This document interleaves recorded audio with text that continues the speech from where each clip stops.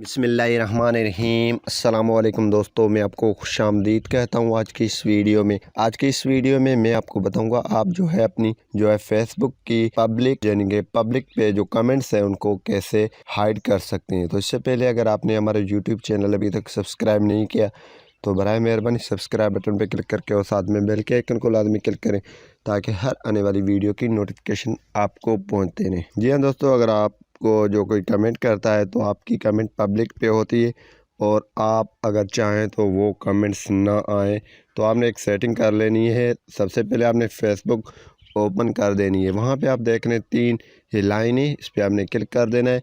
जैसे आप क्लिक करेंगे तो इस तरह मेन्यू ओपन हो जाएगा क्योंकि फेसबुक ने अपनी ऐप को अपडेट की है। और तो जैसे आप नीचे आएंगे तो यहाँ पे आपको ऑप्शन मिल रहा है सेटिंग एंड प्राइवेसी, आपने इस पर क्लिक करना है।